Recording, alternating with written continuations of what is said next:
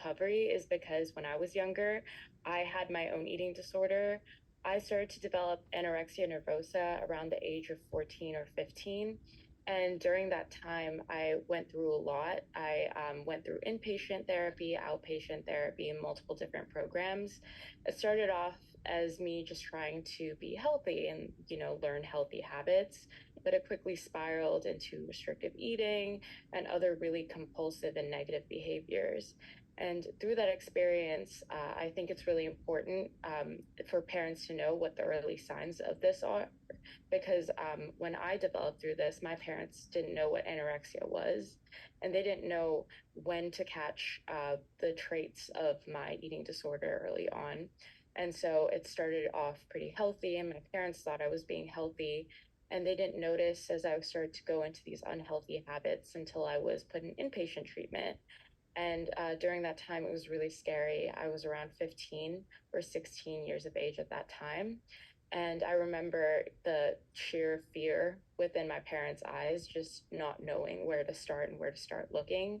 And so, ever since then, they learned through my inpatient treatment, my outpatient treatments, how to spot the early signs of anorexia in your child. And they gave me a lot of the things that I needed to recover, such as therapy, such as different support systems outside of therapy as well, within school, within my community. And through that experience, I went from being a 15-year-old scared girl in an inpatient treatment facility to someone who's here, studying, living a healthy life, living on my own, very far from home. I miss home, but I'm very grateful for the opportunity and the ability to be here and to be healthy as I am right now. And I would absolutely love to commend MindWise and the work that they're doing, because I know for a fact that my parents would have benefited off of learning about the signs of anorexia, and I would have benefited off of this as well, just learning about what the causes are, or what the signs are more so. And I would love to see a new generation of kids who are 15 and 16 knowing and using these coping strategies to get over their eating disorders and live healthy, stable lives. Thank you so much, Vaishnavi. I really appreciate your courage for sharing your story, and I think we will all benefit from it. So with that, JD, I will hand it over to you if you want to go ahead and introduce yourself, share your screen. Well, I want to start off by saying thank you to Vaishnavi because it is so important. This is really the first generation. My daughter is 29 and she's been speaking in her own voice as well. But it's really very new that people put their own names and faces to eating disorders because they are so negatively stereotyped. There's so much misunderstanding. There's a really famous book in the eating disorder world written by a woman named Laura Collins, who was my mentor, except for that's not her name. And so I remember her at an event probably about 8 years ago, introducing me and actually getting a little bit teary because I came into this using my own name. I never shied from it. My daughter never shied from it. And so it is literally, Vaishnavi, you're doing so many wonderful things. You're also changing the face of eating disorders just by showing up who you are demographically, right? That's a really important thing. And if there's one thing I know about people with eating disorders, and I do know a lot, is that to a person, they are the most wonderful, empathetic, just brilliant, talented people that there are in the world. So it's important that we help everyone, and it's especially, I think, important that we really make sure that our future leaders and innovators and all of that sort of thing are really ready to do what they need to do without their brain being hijacked by anorexia. So thanks for that. We just met, but I'm really glad to know you. And I think it also gives me a chance to kind of throw in about the origins of Equip, which I'm not going to talk a ton about. I will talk a little bit about our treatment. But Christina Saffron, who is one of the co-founders of Equip, along with Dr. Erin Parks from the UC San Diego Eating Disorders Program, herself was sick in and out of inpatient treatment at 13 and 14 and 15, recovered finally with FBT, or family-based treatment, that we're going to talk about, co-founded a nonprofit when she was still a teenager called Project Heal to provide treatment access for people who couldn't afford it.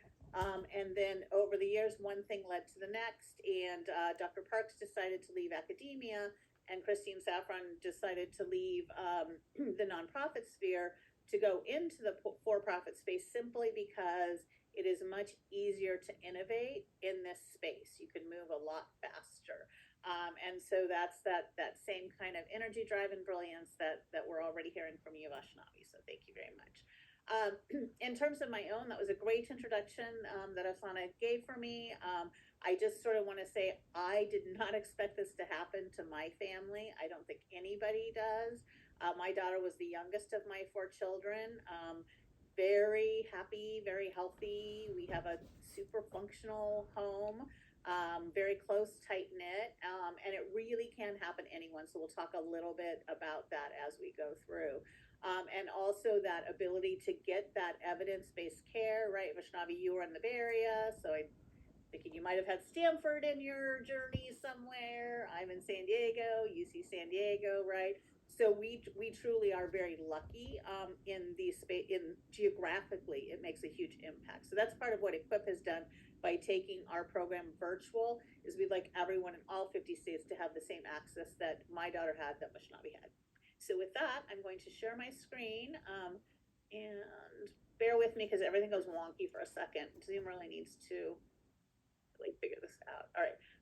Are folks seeing my screen there? Yep. Okay. All right. So we're going to talk about Eating Disorders 101, updating knowledge for impactful action. And I think I'm going to kind of throw in here that my title would be an expert by experience. So Asana introduce me appropriately as an expert on this. I am. I'll be presenting at the International Conference on Eating Disorders in March. And also, my degree doesn't have anything to do with this. I have a master's degree in instructional leadership. I'm not a therapist. I'm not a dietitian. I'm not a psychiatrist. And it is super important that finally this lived experience is being recognized as integral to understanding and solving the problems of this field, which are myriad.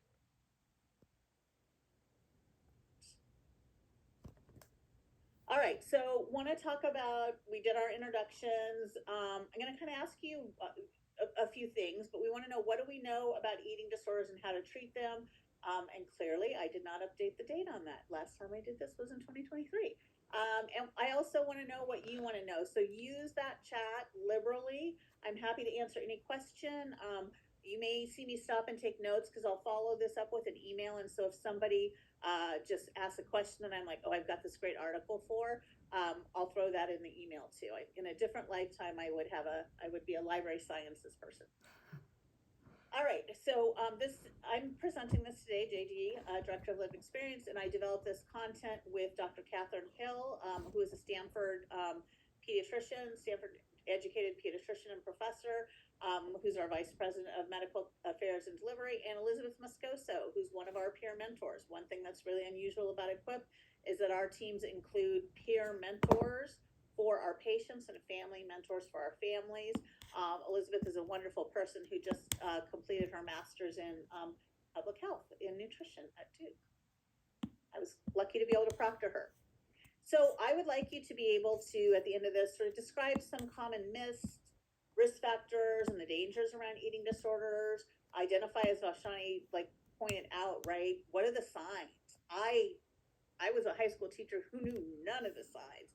I joke that everything I knew about eating disorders I learned from a Lifetime TV movie. Shockingly, not a great place to get information.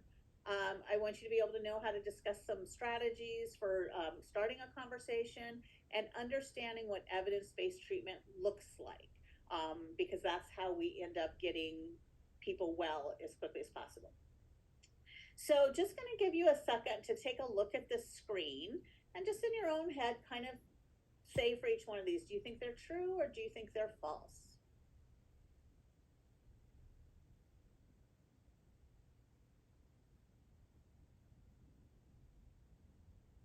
Then I think you already know the answer, so.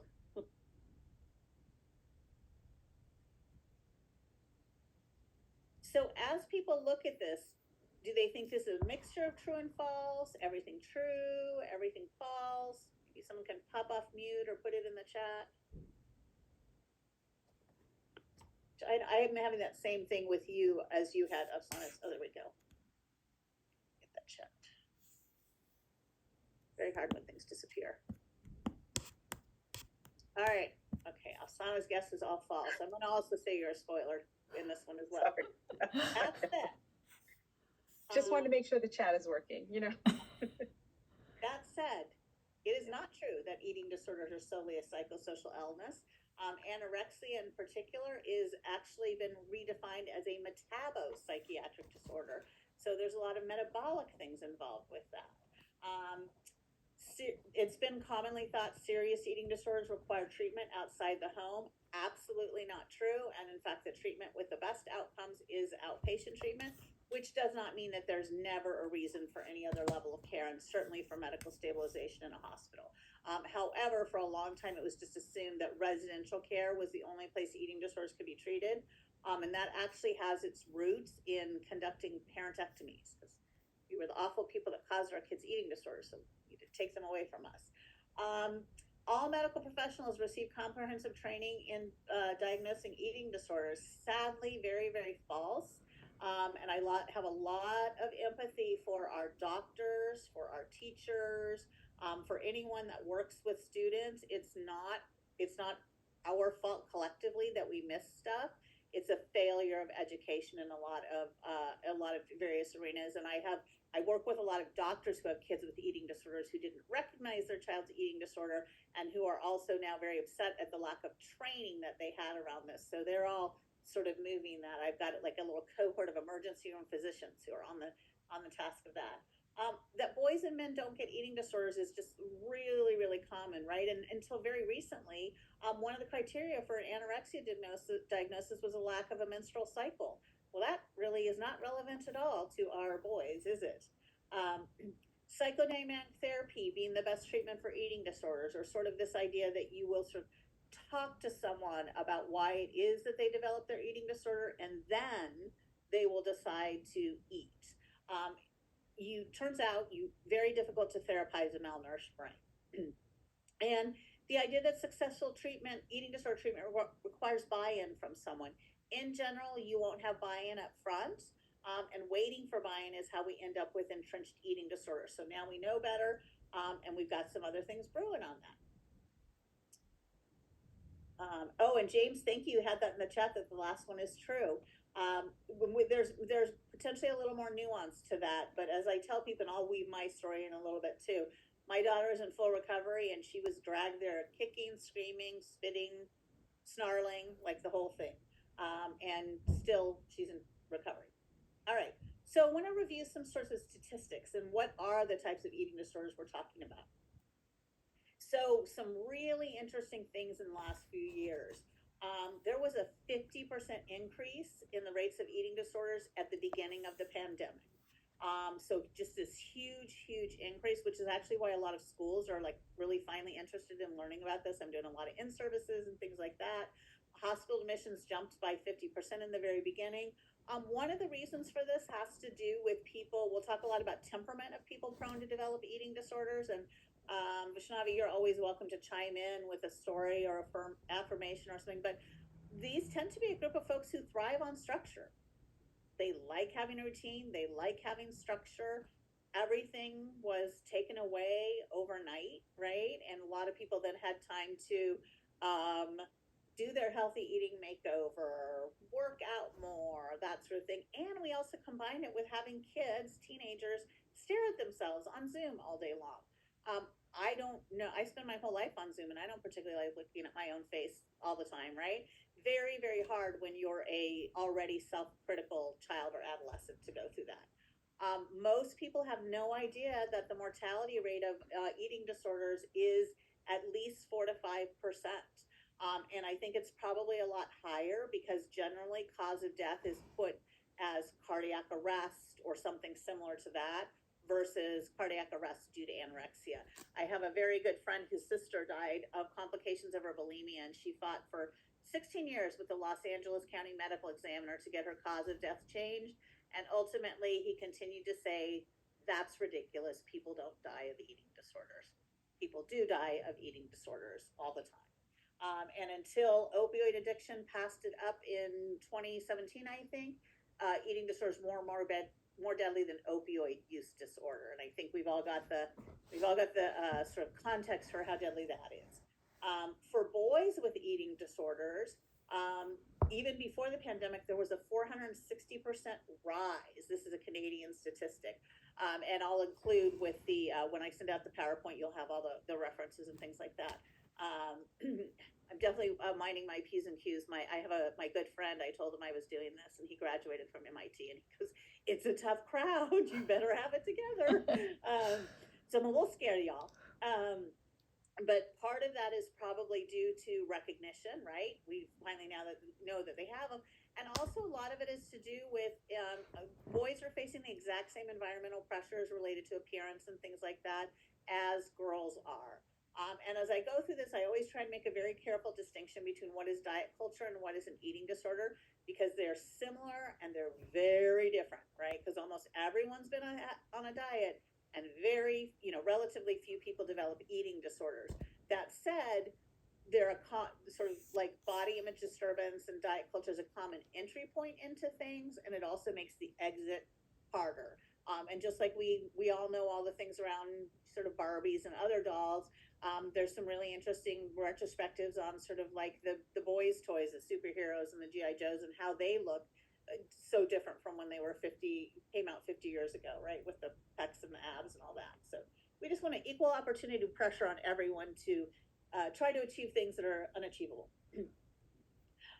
So recent research is showing that between 40 and 60% of the vulnerability to develop an eating disorder is due to genetic factors. That does not necessarily mean a one-to-one sort of thing. I will say that with anorexia, we know most about it, shares some genetic crossover with the genes that are involved in schizophrenia. I find that really very interesting. There's anxiety, very common. So about 85% of people with an eating disorder will have a separate and pre-existing anxiety disorder. A lot of crossover with OCD. Dr. Walt Kay at UCSD has engaged in some research around his clinical observation that both Parkinson's and anorexia seem to run in families, which is very, very interesting. I know from the family community, folks with Ehlers-Danlos syndrome, which is a connective tissue disorder, have very high rates of eating disorder. So a lot of really interesting stuff coming out. Interesting, because we talked about education for physicians and things like this, is that medical students have very high eating disorder risks. So in 2022, they're thinking it's close to 20%. And as we go through the presentation and talk about the temperament traits and the profile of someone prone to develop an eating disorder, that will not surprise you, because real smart, high achieving people become doctors, right? And we currently have about one death every 52 minutes in the United States due to an eating disorder. So what are the types of eating disorders? Most people are familiar with anorexia nervosa, right, which is restrictive. Most people don't know that anorexia can actually occur at any size. There's a really good article from UC San Francisco from Dr. LaGrange that says eating disorders come in all sizes, including plus size. So it is a diagnosis of behaviors rather than of empirical weight. At any given time in the Stanford Pediatric Eating Disorder ICU, the children there will be of average weight to higher weight. So the image we have in our mind from pop culture and media and stuff like that is really the rarest presentation of what happens. So with anorexia, it is again driven by restrictive eating, which, contrary to what a lot of people believe, doesn't mean no eating, right? But that's what we know the most about and gets studied the most. Bulimia nervosa has elements of restriction, and it also has purging along with it. Most people will think of purging in terms of vomiting. It actually can include purging calories through exercise, through laxative use. So it's a little bit broader than we thought. It's also possible to have anorexia with binge purge, which is actually the hardest one to treat. ARFID, a lot of people don't know about this. It was very recently in the DSM-5 And I happen to have, because now that we know that eating disorders are genetic, my mother-in-law has anorexia. I have 5 nephews with ARFID. And I remember that all my sisters and sister-in-laws were told when they were little, 2-year-olds, let them just eat Cheerios, right? Kids eat when they get hungry. No kid ever starved themselves to death. That is robustly untrue. And ARFID, avoidant restrictive food intake or disorder, can take several forms. Some people are born with a lack of interest in food, just that's how they are. Some people have sensory issues with food. There's a huge overlap there. We'll talk a little bit later about with autism. And some people have experienced a trauma, a choking incident, or perhaps a vomiting incident, or even witnessing someone else that instills this anxiety and fear that leads to the avoidance of food. Other folks have a medical illness like celiac or diabetes, where food is actually very scary, and that sort of takes on a bigger life. Common in people with like ulcerative colitis and things like that, and other people with food allergies, right? Because they have very good reasons to be afraid of food. Um, Binge eating disorder. Binge eating disorder is eating large amounts of food without compensatory behaviors. That said, I think the research will soon show that there is still an element of restriction in binge eating disorder. And in fact, I was at the UC San Diego conference in February and talked to a dietitian from Colombia who was doing a study on this. And in her study, she was finding that for certain people, even thinking about restricting food, not actually restricting food, but thinking about restrictive food, led to loss of control eating episodes. So that's super fascinating to me. And then we've got OSFED, or other specified feeding or eating disorders, and unspecified feeding or eating disorders. OSFED is generally like, oh, you have like one from this column and one from that column and one from that other one, but you don't fit anything neatly. So we're going to call it sort of OSFED, other specified. For folks who've been around for a while, you might remember EDNOS or EDNOS, or eating disorder not otherwise specified. OSFED has replaced that. Um, so again, if you have questions about any of this, go ahead and pop them in, or I'll just keep talking. So when Alsana and I were preparing for this, she said, like, talk to us a little bit about disordered eating versus eating disorders. And I think that's a really good call out that we have to talk about this, because these things are in some ways very different and in some ways inextricably linked. So disordered eating in and of itself, and disordered behavior around exercise, those are not harmless just because they're not eating disorders. They are in fact maladaptive and can be problematic. Disordered eating is definitely a risk factor for the development of an eating disorder. And again, many of the behaviors of disordered eating are the same as of eating disorders. So some of those behaviors include things like skipping meals, compulsive exercise or over exercise. And what that means is, if your only stress reliever is exercise, that's maladaptive. If you can't take a break from your exercise, even though you're sick, that's maladaptive. If you change your plans around because they might interfere with your exercise, or you're not able to take even one day a week off, those are things. It might not be a full-blown eating disorder, but it's definitely something to look at. Laxative abuse, which is fairly common. And then binging again, driven biologically by restrictions. So that's a lot of the people, you're trying to be good all day long, and then at the end of the day, that sort of runs out. There we go. So this is not an exhaustive list, those things, but those are some of the things. The difference between disordered eating and eating disorders is sort of continuum there.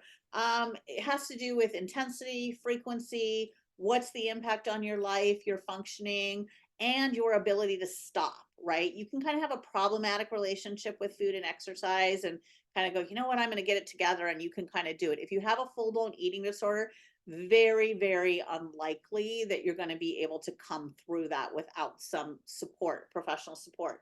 And I think it's really important to call out that because we have normalized all these super, super dysfunctional behaviors, it's really easy for eating disorders to hide in plain sight.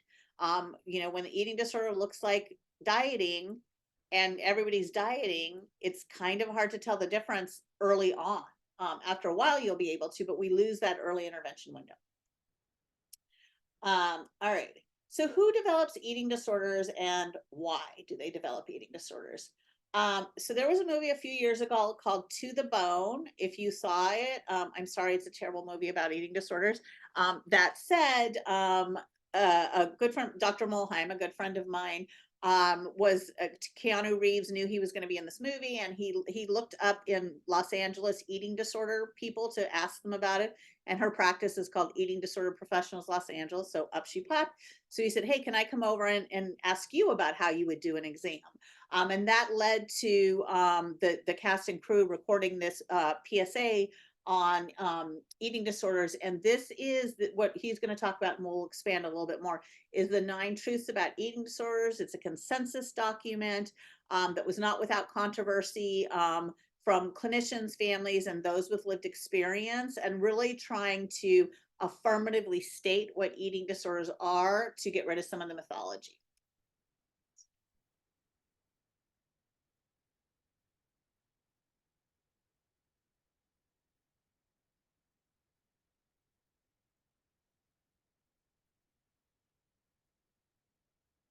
Truth number one, many people with eating disorders look healthy, yet may be extremely ill.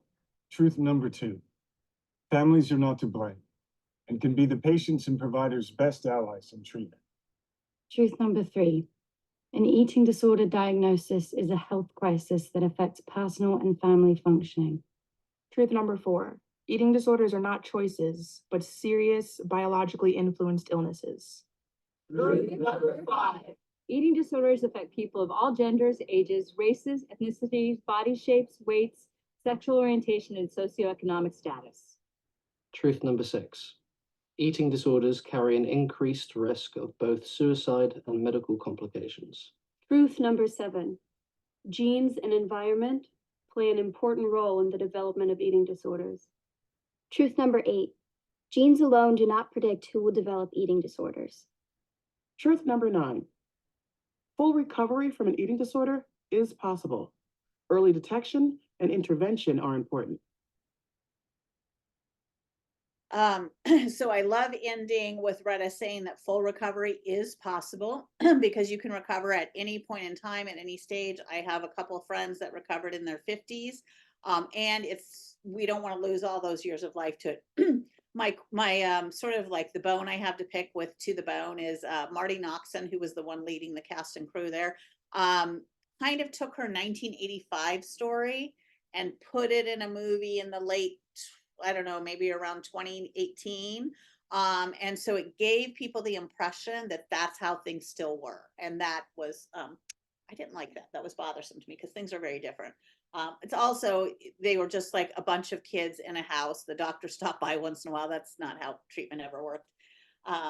So who does develop eating disorders? So the common belief system around this is that it's thin, white, upper middle class teenage girls and young adult women.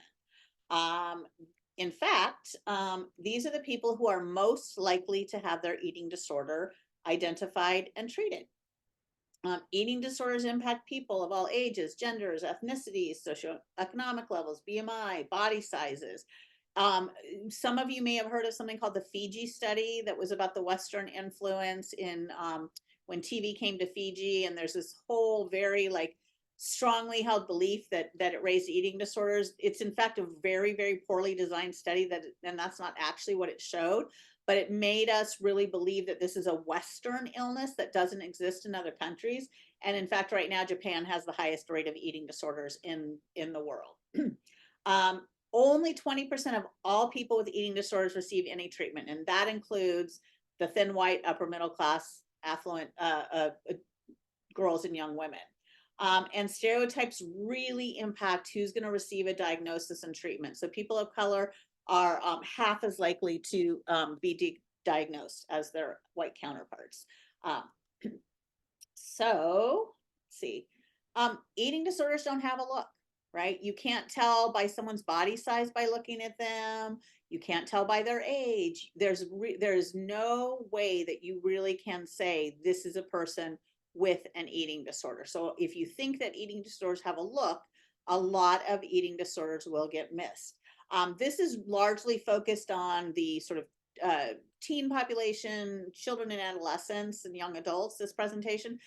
However, it's really interesting to know that menopause is a really common time of onset for eating disorders in women because of hormonal shifts. So the same as puberty is a common onset because of hormonal shifts, so is menopause. So that, would not have any one of these looks and is still relevant. So eating disorders come from a perfect storm of things. So it's genetics, it's temperament, it's the environment. So when we talk about the biological things, these are things having to do with the gut-brain axis that we need to know a whole lot more about. They're doing a lot of that at UNC. Neurobiology, metabolics. Again, anorexia just sort of classified as a metabopsychiatric illness. And a lot of co-occurring physical illnesses feed into this.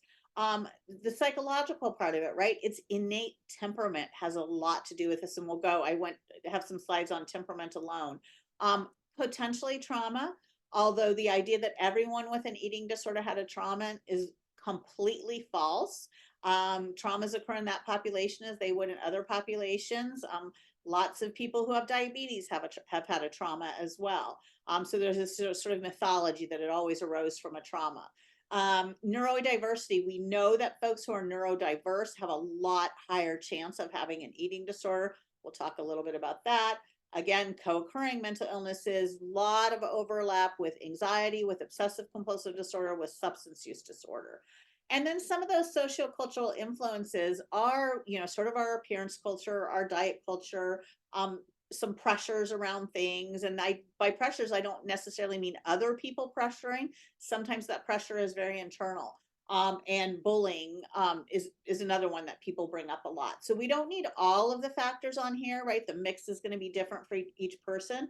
So it's that individual combination that sort of tips that development into an eating disorder, tips the scale. So negative energy balance as a biological trigger is something that is, to me, it's spot on for what happened to us. It really explains to me why there's a lot of people who develop eating disorders who would shock you. I have a friend whose son developed anorexia as an 8-year-old on a horse ranch in New Zealand, right?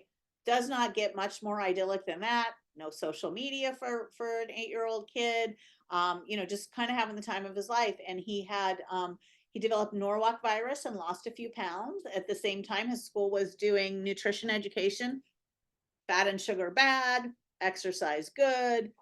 Boom, within 3 months, he could no longer swallow his own saliva. He was so terrified that it had calories in it that he had to spit into a handkerchief all day. I always tell people Joan of Arc and Catherine of Siena had anorexia, and yet they did not have TikTok. So as much as I have problems with social media, right, that's not sort of like the thing that causes an eating disorder. And you can develop an eating disorder because you had your wisdom teeth pulled and you lost some weight. I have a good friend who developed her anorexia as a 12-year-old after she had chemotherapy for osteosarcoma and lost her appetite. And for many, many, many years, people told her that it happened because she had cancer. And in the end, what really cured her was addressing the biology of things versus trying to figure out why that having cancer made her do that. People will go on a trip. This is really common with Mormon missionaries because they often go to countries where they're not used to the food, these young adults, and so they don't eat and they lose weight and they develop an eating disorder. So super high rates in that population. So Dr. Bulick, who is just absolutely amazing, she's at UNC Chapel Hill, amongst the other places that she is. And she spearheaded the Anorexia Nervosa Genetics Initiative and then also the Eating Disorder Genetics Initiative. So Angie and Edgy, I'm very proud to say that both my mother-in-law and my daughter had DNA in the Angie study. And so as I can't really say it any better than she does, but for most people, most of us, right, a negative energy balance, this is when we're expending more energy than we're taking in. It makes us grumpy. It makes us unhappy. It makes us hangry. It gives us anxiety, right? We might get shaky. We want it to stop. And so for us, we want to avoid that negative energy balance, right? We're going to go get a snack, that sort of thing. For someone prone to develop anorexia nervosa, Instead, what they get from restriction is a feeling of great calm, just brings everything down, quiets the brain, makes it easier to focus on studies. It's actually very, very pleasant for them. And so it's a very dangerous biological trap. There is a theory, and this is a theory that makes the most sense to me, from a woman named Shan Guisinger, PhD in I think King's College in London. But she has a theory that this is about being adapted to flee famine, so that it was really good for our society in general, for mankind in general, way back in the day, to have some people who, when the rest of us were lying on the cave floor dying of starvation, to have some people who not only were fine with the starvation, they became more energized for it. They were able to walk even further distances, and they could get the food and they could bring it back to the other people. So that kind of makes sense to me in terms of, we've had this all through history. And in fact, the first recorded case of eating disorders was from a Hindu prince in India in about 700 BC, I think. So it's very interesting how it became a women's illness. That's a whole nother presentation. But this negative energy balance is really, really important to remember in all of this, and because it's largely avoidable as well. So what are some truths about eating disorders? We talked about they're brain-based. They are not a choice. They are not a phase. So sort of thinking about, oh, all people go through this phase, that's a worrisome way to look at it, because you can miss your early intervention window. They are not anyone's fault. We parents didn't cause it. Teachers didn't cause it. Doctors didn't cause it. The person didn't choose it. So it's nobody's fault. Can't tell again if somebody has an eating disorder by looking at them. Full lasting recovery, absolutely 100% is possible. And you may have heard from other people, once you have an eating disorder, you're always going to struggle with it. This is a lifetime struggle. I would say your genetic risk is lifetime, but you don't have to struggle your whole life. As long as you recognize and manage your risk, you're good to go. And again, they're biological disorders impacted by genetics and environmental and biological triggers. So some specific elevated risk populations, neurodivergent folks have higher rates of eating disorders. So ADHD is correlated with increased rates of bulimia and binge eating disorder. The binge eating disorder piece is interesting because if you're on medication for ADHD and you're not engaged in mechanical eating, which is eating without regard to hunger cues, the medication sets you up for a restrict binge cycle. Restrict all day because you have no appetite. The medication wears off. Get all your calories at night. That is a restrict binge cycle, and that can begin to set that up. Approximately 20% of those with eating disorders are also autistic. ARFID and anorexia are the most common in that. All athletes are in increased risk of developing disordered eating, relative energy deficient syndrome, or RED-S, which some of you may have heard of before as the female athlete triad, which was not appropriate because it left out, again, all our boys and men, and eating disorders. And the highest rates are in lean sports. So those are things like cross-country running, right? Or running where we think that we got to be very light. Climbing, high rates of eating disorders in the climbing community, right? You really want to be really light to climb that wall. We all know about gymnastics. We all know about ballet, right? We know about, some of us know about wrestling, right? Wrestling's a tough one because like cutting weight, thank goodness there's finally starting to be like no cut teams in high school. But cutting weight, right? You're going to set anybody up for that if they're vulnerable at all. So we'll talk a little bit more about the temperament, but one of the things that I like to share is that it's not just the sport that causes this to happen. It is the person that is drawn to the sport is already primed to have an eating disorder. So in order to be an amazing athlete, right, you have to have a lot of internal drive. You have to be good with practicing things to perfection.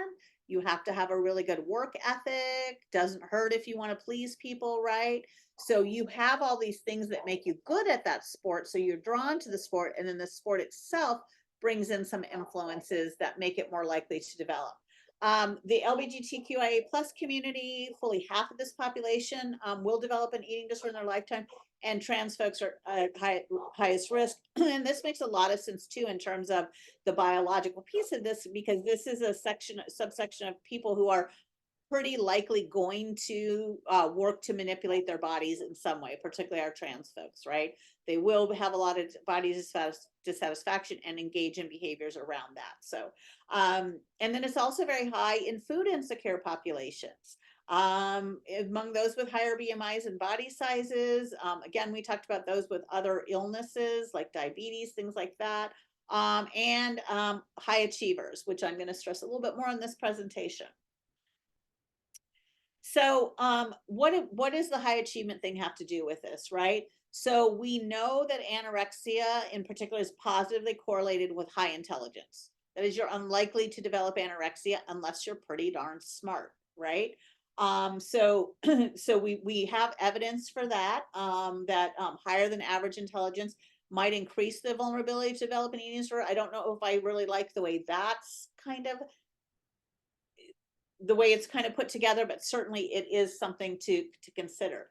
So generally people, and we do again know the most about anorexia, are going to have some temperamental traits. They're not all there for everyone, but generally a lot of perfectionism, right? Which is great if you want to be a high achiever.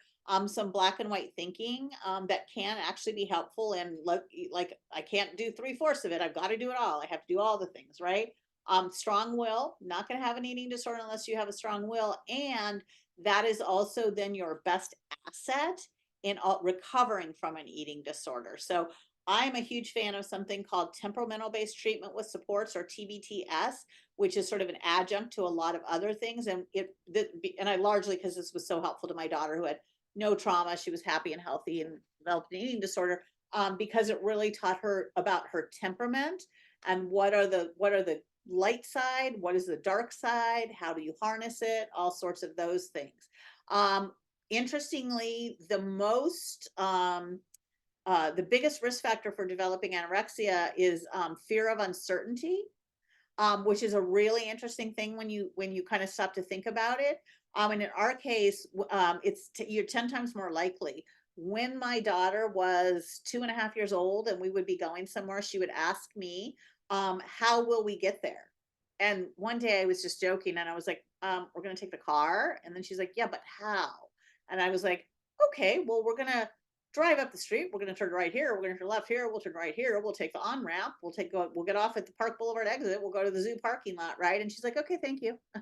And so that was just our quirky little thing that we did. And when she was just a little bit over 3, we had a new family moved into the neighborhood, and the mom was watching her son and my daughter and said, I'd take you to the park, but I don't know how to get to there. My daughter said, my 3-year-old said, oh, I can get you there, and navigated her to a park. So because of her fear and uncertainty, she had all the information, and because of her attention to detail, which is why these folks make great researchers, great doctors, etc., she had paid attention to every step of the way.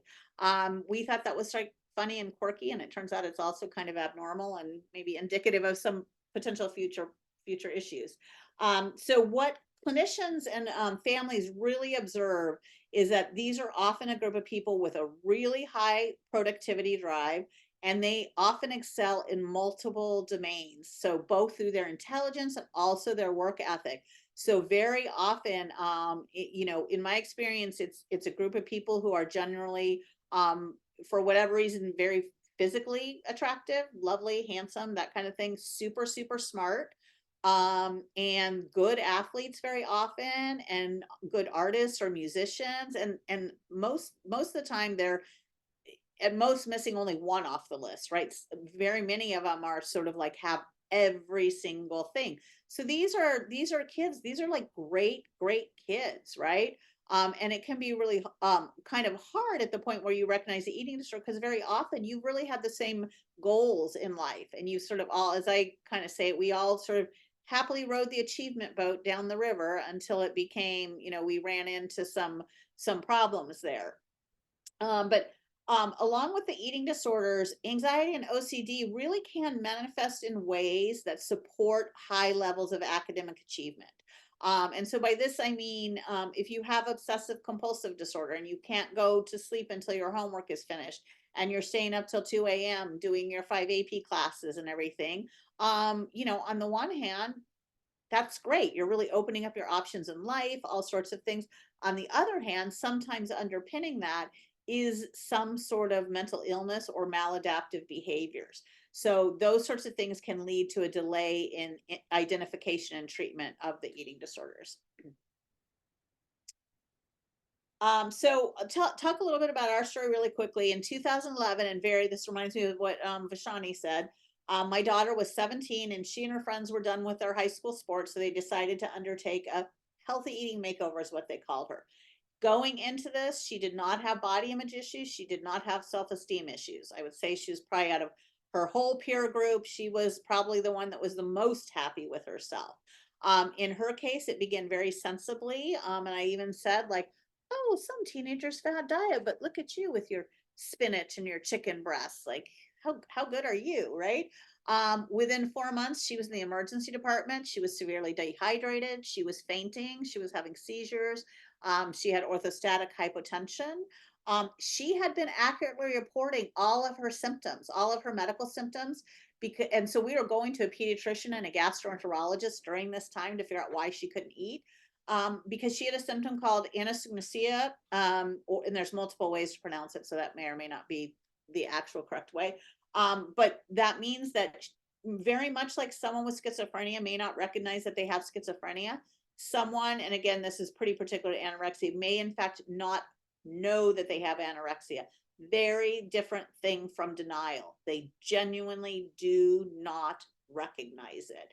So that's super confusing if you have this super logical kid and you've always had conversations and you can say, like, gosh, it looks like you have all the signs of an eating disorder. And they're like, absolutely not. I don't know what you're talking about. I don't know why you would think that. So I always tell people my daughter was about 3 months into treatment before she was like, see where you all are coming from with that anorexia thing, right?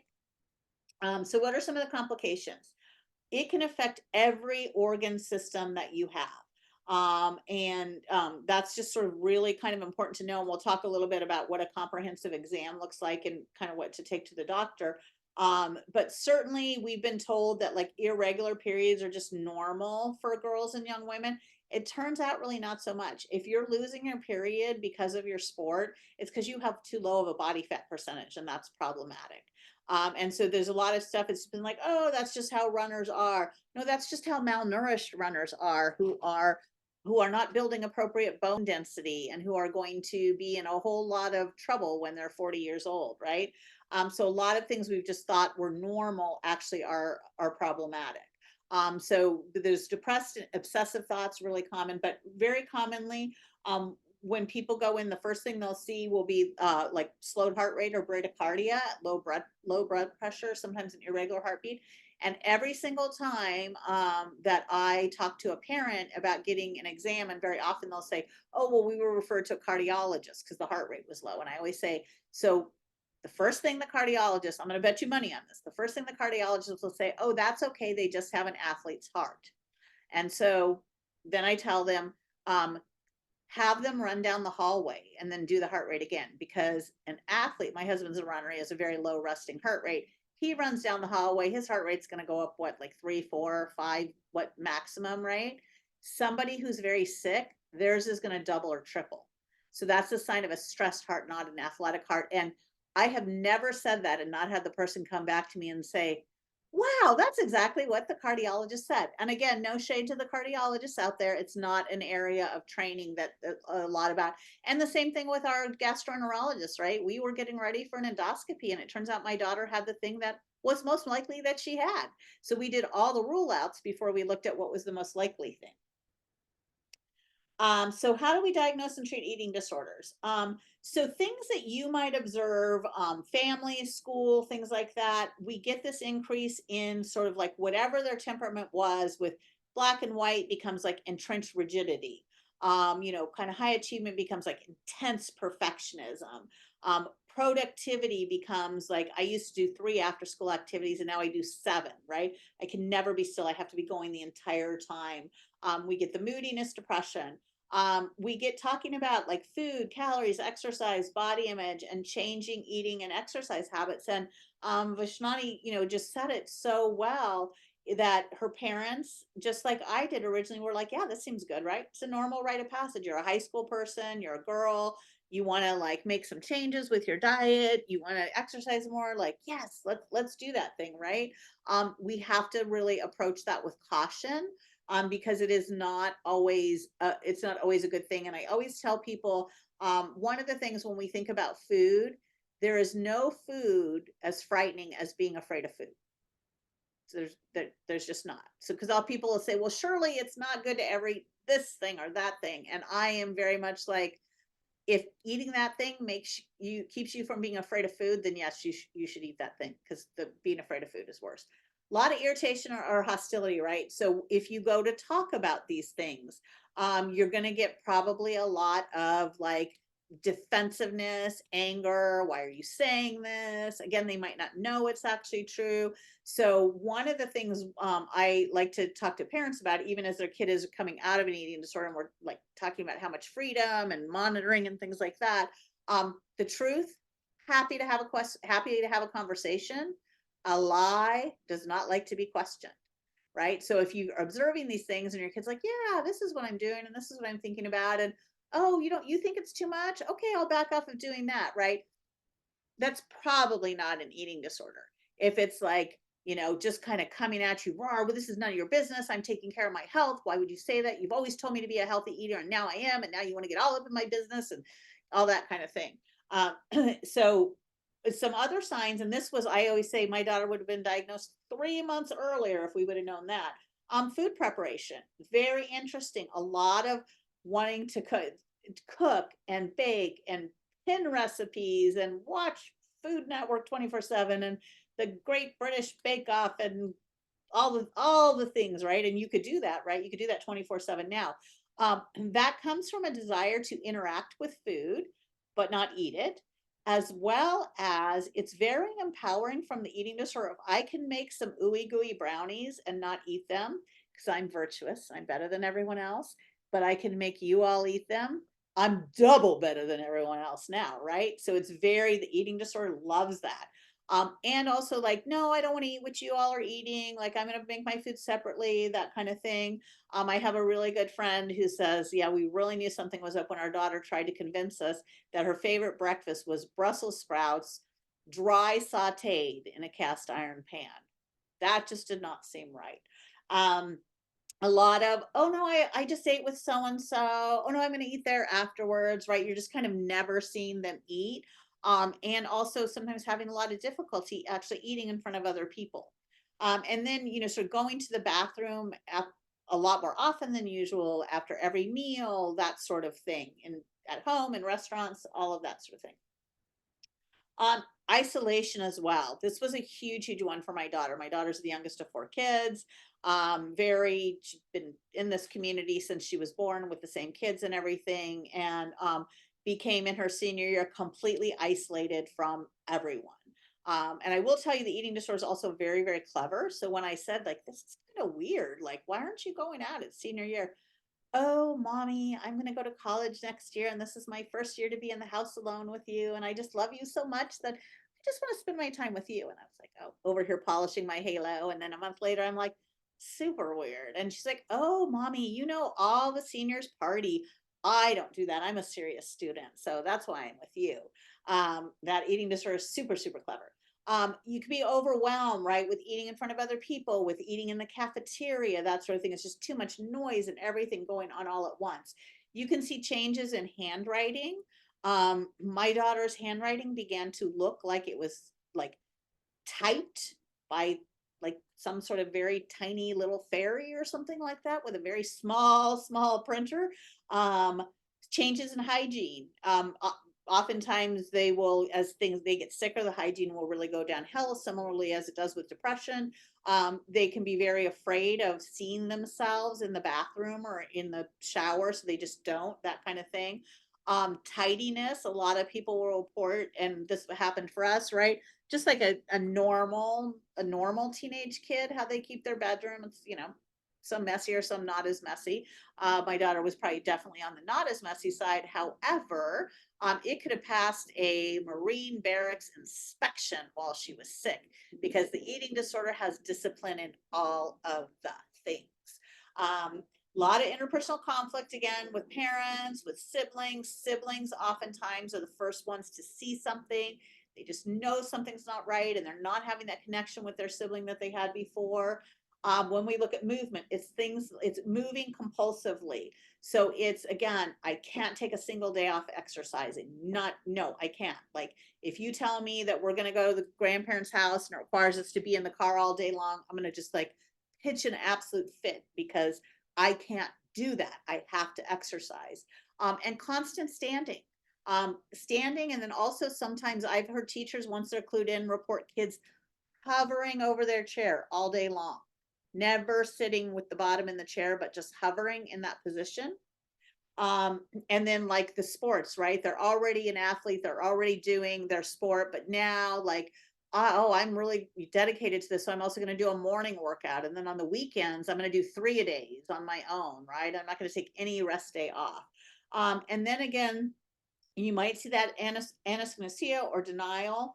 And so just sort of not like, what are you talking about? Things have changed. Nothing's changed. I don't know what you're talking about. There's not a problem, right? So when you can empirically see there's a problem and someone's saying genuinely, I don't know why you would say there was a problem, right? It's very, very confusing. And again, these are super, super smart kids that we probably had a really good bond with, who were used to having like open dialogue about it. So it's not our default to believe that what they're saying is not true, in my experience.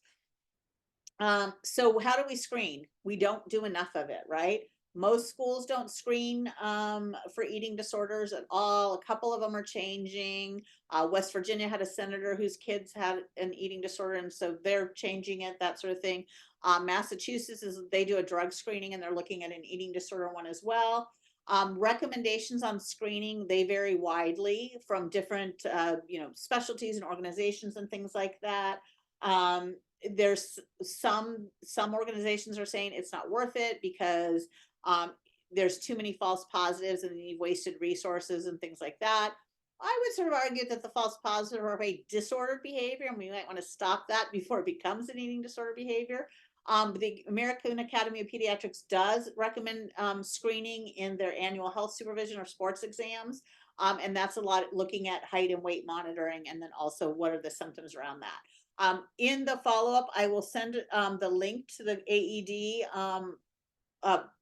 Guide to Medical Care. They have amazing resources there. Again, this is the preeminent global organization tasked with research, treatment, all things eating disorders.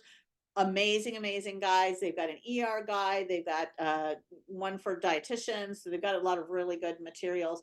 And I will always encourage people, like, print multiple copies, take it with you to the doctor, the emergency room, and just say, hey, I don't know much about eating disorders, but I do know that there hasn't been a lot of training on them, and that also there's been a lot of changes in the field. So I wanted to share this resource that someone gave to me with you, because nobody's doctor wants them to come in and say, here, do this. I know I've been to Dr. Google, do these things. But I also encourage people, like, check them all off, because a lot of times I'll get, oh, the heart rate's okay, or the blood pressure's okay. Well, they didn't do an orthostatic reading. And so it's actually not okay. So we've got to do all of those things, and they're not all part of a regular exam. Growth charts, these can be really, really, really important. So we are lucky in the United States that we do regular height and weight measurements. A lot of countries don't do this at all. And I never really thought about it because I've always lived here, right? And it's just something that has always been part of an annual visit. But that information or that data is super helpful to spot a problem if you're trying to establish, like, what weight do we need to get to, all those sort of things. So what I want to say about that is, keeping an eye on them. And in general, what usually happens is physicians, pediatricians will alert on any increase and not react to decreases or to sort of static. So in a growing child or adolescent, failure to gain weight is losing weight. Losing weight is really, really an issue on this. So we have to really broaden the way we think about BMI as well. We would never say that every 14-year-old girl who is 5'6" should weigh 123 pounds and have a size 7 shoe. Like we would never believe that that they should all have size 7 shoes, but we might believe they should all weigh 123 pounds, right? So we have to recognize that people are like breeds of dogs, and there's a whole bunch of, a big variety of them, and so people will be in different body sizes. Weight gain in puberty is very, very normal. It is normal for kids' BMIs to spike when they're going into puberty. That is how we become able to have fertility as women. That is how boys and young men become 6 foot plus tall, right? If we interrupt that process, we are very often stunting various parts of the development. So the sort of like, there's a dark side to the obesity epidemic freak out about things. And I wanted to share these CDC growth charts because I wanted to show something, which is that it's more striking for boys, but it's also there for girls. We are meant to gain weight through age 20. And I think for most of the women on the call, like, oh, I love Sheena, your face, that was perfect, right? I like felt like I had a plant, right? We fully believe that like by the time we're 16 and we're at our adult height, 16, 17, like that's it. That's what we should weigh like for the rest of our life. Part of my daughter's entry, she and her friends decided to do their healthy eating makeover because they didn't want to gain the freshman 15. What I have since learned is the freshman 15 is 7 to 10 pounds, is the amount of weight that is appropriate to gain at that time of your life. And the term freshman 15 itself was coined by a writer for 17 magazine in about 1972. And it took such a life of its own on that it has become a medical reality. And you will have posters of it all over college campuses. So weight gain through age 20, we really need to normalize knowing that. I think we're a little better about knowing that boys and men will go, but I tell people too, even then, like look at the musculature of an 18-year-old male and a 28-year-old male. They, for most men, should not look even remotely the same at all, right? And for girls and women too, right? Your weight, your body and your weight will change over the course of your life, and that is how it is designed. That is a feature, not a bug. So treatment. So family-based treatment is the gold standard treatment for children and adolescents with eating disorders. FBT for transitioned youth, or FBT-TE, which is that 18 to 22, usually college population, really increases the odds of success as well. So that's the move, is to extend it more. There's an amazing Stanford psychiatrist, Jen Doreen is her name, just love her. And she started doing a lot of writing a decade ago on the fact that we can't, just because these kids turn 18, we can't just say it's all on you now. It's not. And as someone who is 60 and also has been around kids for a very long time, 12 is so much older than it used to be, and 18 is so much younger. I don't know a single parent. I mean, I moved out of my house the summer I turned 18. It is just not a thing that you really do now. Cognitive behavioral therapy, or CBT, widely used for adults, CBTE. And then there's a lot of adjunct therapies, like I talked about, the TBTS was great, dialectical behavioral therapy. If I had my way, we would be doing inherent DBT in sort of every school in 8th grade, and we'd all have a lot better functioning distress tolerance skills. And then they're doing a lot of very, very interesting work with ketamine, some with ketogenic diet combined with ketamine, with psychedelic mushrooms or microdosing, those sorts of things. There's a lot of things showing some really good promise. For Asana, in a teen with an eating disorder, family-based treatment, which may include some components of CBT and DBT both in it, is the treatment of choice. I'm a big fan of DBT along with the FBT for both family and patient, because I think that it helps you as the person doing FBT, which is the hardest thing I've ever done in my life. It helps you with your coping skills for doing it, and at the same time, you're modeling for your child what those skills are. They're learning the skills, and then once things are going better, the way I like to explain this is that probably everyone here has been told to calm down. And if y'all are anything like me, telling me to calm down, you might as well just say, hey, get escalated, right? Because that's what's going to happen. And the DBT equivalent, I always say, of that is use your skills. So you're going to tell someone who's in an emotionally escalated state to use your skills. That's not helpful. What is helpful is if you know the skills and you can say, hey, this seems to be happening. I think the DBT check the facts skill might be good for this situation. Do you think we could check the facts together, right? So you're working on this sort of like demonstrate, co-teach, sort of solo model. So when we talk about treatment, one of the things that's really important to know is treatment that feels good is rarely effective, and effective treatment rarely feels good. So in the context of family-based treatment or FBT, one mom said, "Oh, I just think of it as food before therapy."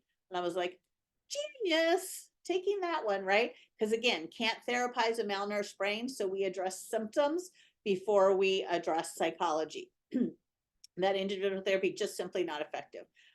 When weight gain is needed, and it is for most patients, they may be hypermetabolic, which means the number of calories that they need is sort of unreal. My daughter did not gain weight until she was eating over 5,000 calories a day. There is zero chance in the world that my daughter, who was eating 3 foods and 300 calories, was going to get herself to eat 5,000 calories of food, particularly food that was not broccoli, right? It just wasn't going to happen. So with FBT, we are empowering families to be at their heart of their loved one's treatment. We bring you in, we teach you, we train you, we support you. We are the experts on eating disorders. You are the expert on your child and family. Together, we become the treatment team. Helpful to know that the pandemic gave us the chance to show that virtual care is just as effective as in-person care. And again, everything will vary individually. So there may be some people for whom that's not true. So we're sort of talking about things that are true at the population level. And the idea that people need to have residential care or be outside their home. There may be reasons and cases where that is appropriate, but sort of as a blanket statement, it's actually not true. And I really like to put a pin in this because many people will say, "But am I doing the right thing? I'm only doing FBT. Should I not send them somewhere to where the experts are?" And I'm like, "No, you're doing the things that's the best because for many reasons, including the fact that if the only place you recover is in this very sort of sheltered environment, what's going to happen when you come out? You need to be able to be recovered in the context of your own life." So very often the residential can kind of turn into this residential release, relapse, readmit, this sort of like cycle that goes around and around.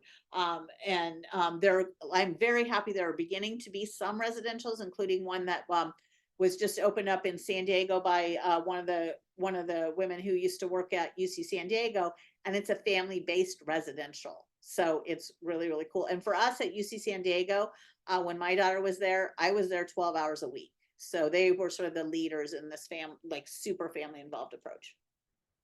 So if you're concerned, what are you going to do? So things that we don't want to do, right? We don't want to say, just eat. We really don't want to say, "What are you looking for attention?" That's pretty common. We don't even really want to say, "Oh my gosh, you're losing your baby fat, right? You look really good." I will tell you as a parent, it's you spend a lot of time in your own brain saying, "Did I really say that was good that you did that healthy eating thing was good?" You have some guilt over it. Or alternatively, say you're really packing on the pounds, right? When I talk to teachers, I tell them, don't comment on kids' bodies ever. If they come back from summer and they grow 7 inches, don't comment on it.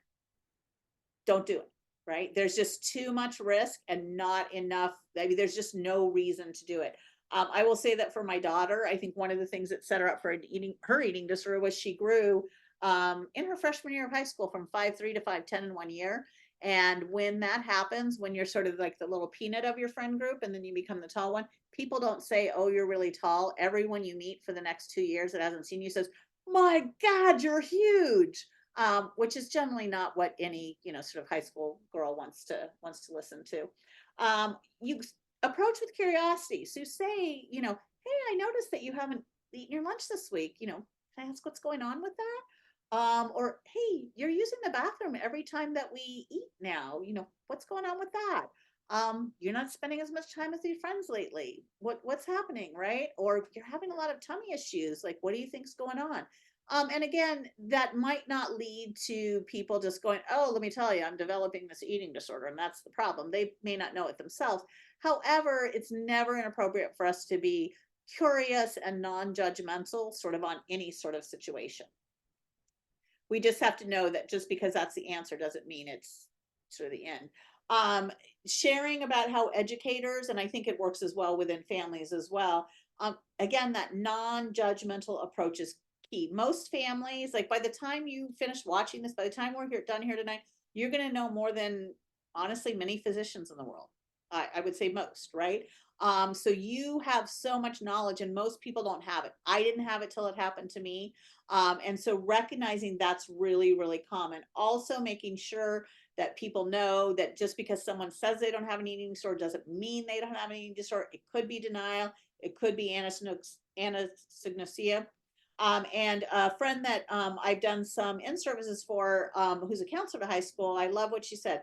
I assume parents are doing the best they can with what they know, and sometimes they need to know more, right? And so just like the way we approach doctors, the way we approach teachers, the way we approach families, hey, I'm not blaming you. I just know it's common not to know this stuff. So I've got some specialized education here. So with families and schools, right, we want to partner and plan for support and success. Um, at Equip, our treatment model, because it's virtual, we work very hard to keep kids in school. Not always possible. Sometimes they have to take a short break.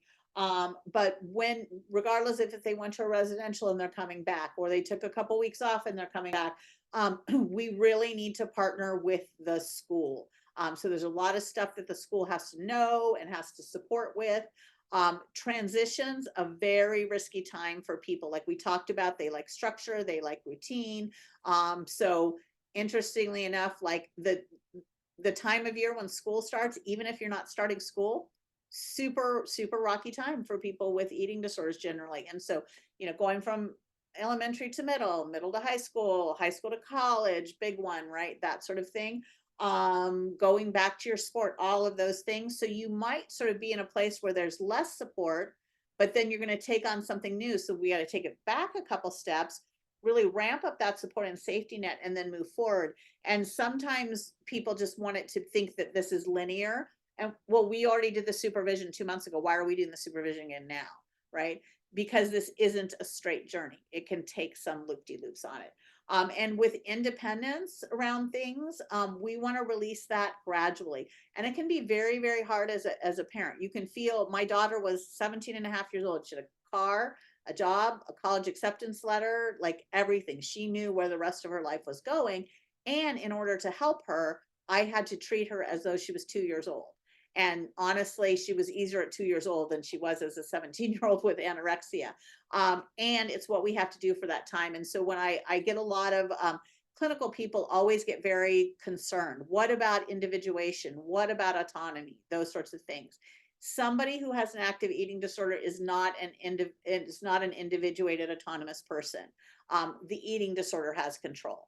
So I would rather use parents to get rid of the eating disorder and then remove parents, rather than leaving a kid off to fight the eating disorder by themselves, which is unlikely to have a good outcome. And then all folks, right, need to know how do I tell someone I'm concerned? What do I do from that? And then accommodations and things that are needed. And a lot of it, comes down to supervising meals and things like that. Let's see, where were we? Okay. So how do we reduce risk, right? At home and at school. I don't know that you can't, I don't think we could prevent 100% of eating disorders, right? Because a lot of them, again, just someone has their wisdom teeth pulled, they fall into it, that kind of thing. However, some of the things we can do that are just kind of good in general and do support reduce risk, or again, recognize that bodies exist across a continuum. Everyone of the same height will not be the same size. That would be super weird. Operate from a weight neutral lens versus one that stigmatizes weight. And this is a huge thing with our curriculum and things like that.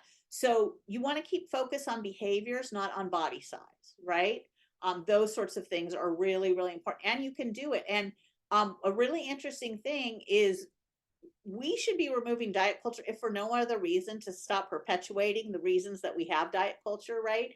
So time and again, the literature shows us that when we have a diet culture / wellness culture like focus, what that includes weight as a bias, that thinness is better, right? We end up with higher rates of eating disorders, and we end up with more people in larger bodies, because that's what weight stigma leads to. Arkansas has been doing anti-obesity education since 2002, sort of what we would call traditional, like tell people that it's better to be thin than fat, tell people that they should not eat sugar and they should only eat fruits and vegetables. All it has resulted in year over year over year is higher rates of eating disorders, higher rates of obesity. So it's not the solution. So weight stigma, very unhelpful no matter what you're coming from. Even if you firmly believe that people should live in thinner bodies, when you stigmatize weight, you create larger bodies. Consider, and then constantly keep reconsidering the pressure around all the achievement. And this is a hard one, right? I'm talking to a bunch of people who are very high achievers, right?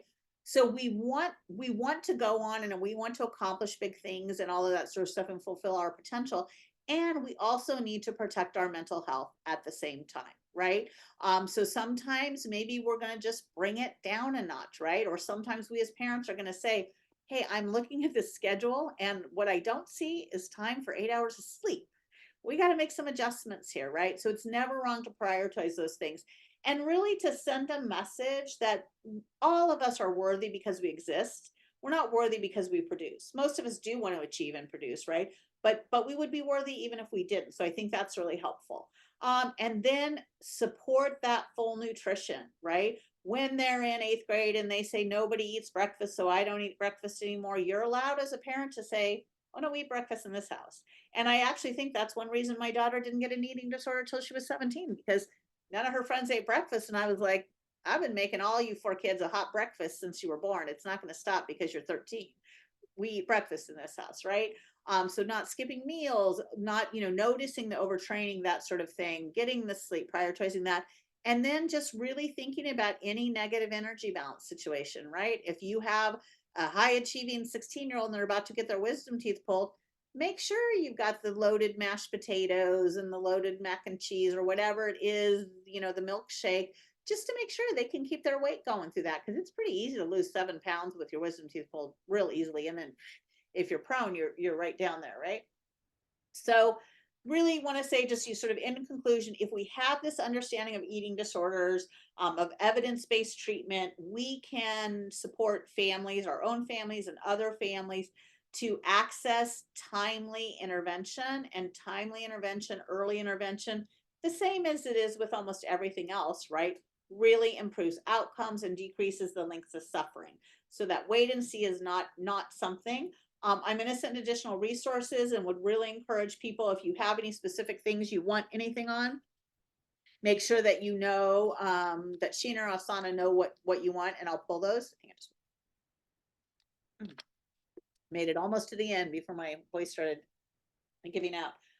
So I always think it's helpful, right, to say, where is my daughter today? So today, she is 29 years old. She is married to the love of her life, who happens to be someone who she went to high school with, but then didn't see for 10 years. And he was a teammate of her brother's on the water polo team. They reconnected. She has a 14-month-old. She is a couple months pregnant with her second child. They just bought a house. One of the things when I talked about anorexia and that sort of like that very disciplined, restrictive sort of temperament, very good for saving money. So 29 and a 30-year-old to buy a house in Southern California is not the easiest achievement, and they've done that, and part of that was her excellent savings, right? So we were very aggressive with our intervention and with our oversight. And I will often say to people that my daughter's full recovery is brought to you by a woman that would have been described as enmeshed, over controlling, over involved, et cetera, et cetera. And in fact, what I did was create a very strong accountability contract. And so it was very clear to my daughter, you are in recovery, you are in treatment, or if it's neither one of those things, we're going to have a conversation about how you support yourself, because I will not enable an eating disorder to impact any of our lives this way. And I did a lot to make that happen. In fact, I drove 16 hours round trip to her school once a month for 2 years just to eat with her, right? And just to see how things were. So she has traveled extensively all over the country. She was actually able, 3.5 years after the start, in her junior year of college, she was able to study abroad in Sydney, Australia, and had a wonderful experience. Really kind of never looked back from that. Did amazing work in law enforcement, working undercover in human trafficking. So very, very fulfilling work. And she is very close in August. She'll finish her practicum and she will become a FBT or family-based treatment therapist because she really believes so much in this.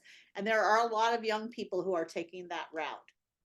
And so I just want to say thank you all for having me here. Asana, how is that for hitting a target? It is 6:31. That's extraordinary. No, thank you so much. Extremely, extremely informative. And yeah, I can't thank you enough. And so many of the things you've said have hit home. And thank you for sharing the story of your family and your daughter. We are still recording because I just want to ask one question and then we'll stop the recording. But if there is a parent who suspects that their child may have an eating disorder, where should they go? What should they do? Well, I'm going to pop my email address in there, and anyone is always like distribute it liberally. People around the world contact me, right? So I'm sort of happy to help. I will say that on our website, if you go to equip.health, there are resources for parents, and there's going to be a list that you can look off. Our interactive screener is going live on February 28th, I think. But really, I think the thing to do is to look at it, to not say, oh, maybe not, that kind of thing. So really looking at what are you seeing, what are the behaviors, going into the pediatrician with, again, the guide on how you get an exam. I really encourage folks, get to know that growth chart yourself. The people at UCSD really trained me on how to look at my daughters because she had this very weird growth pattern again. 5'3" to 5'10" in 1 year when most girls aren't growing anymore.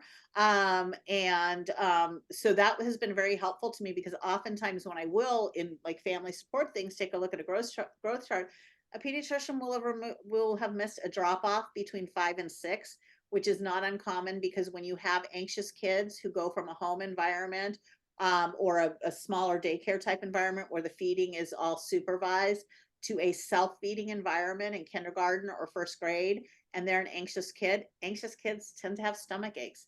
People with stomach aches tend to not eat as much, right? I don't if I have a stomach ache. So it can kind of set up this falling off the curve thing. And then very often you'll also see that at puberty, where we would expect a weight spike, we will have a height spike and a weight stall or a weight drop. So we're really building that delta between where the body wants to live and where it does live. So those can be really important screening things as well. It's not always that this happens in an underweight body. And in fact, a lot of people with bulimia are of average weight or higher weight. That's not uncommon, but you very often do see some of these things. So that's really helpful as well to get that and to get to know it. And I'll also send you, there's amazing family communities. So Families Empowered and Supporting Treatment of Eating Disorders, or FEAST. It's feast-ed.org. Phenomenal organization. It is started with families. It also includes a lot of clinicians, a lot of people who have their own eating disorders. It takes no money from the treatment industry whatsoever. And like a lot of medical care, the treatment industry is a business, so that's pretty important. I used to be on the board of that, and really, really passionate about the work that's done there. So you can go to that website and you can read a lot of stuff, get referrals, tons of webinars and things like that are really helpful there. So lots of good places to go. Tomas. Thank you. Thank you, Yeah. Tomas, Oh, for that wow. comment. Yeah, great. Yeah. And anyone here who isn't involved in medical care, the physician or whatever, like our medical folks are doing a lot of outreach in terms of training for healthcare systems, for things like that. So would love, anyone to email me so I could connect you with Dr. Catherine Hill. And we have someone new coming on who's going to do this almost exclusively as this physician education. So would love to. And also anyone, I do school presentations, in services and things like that.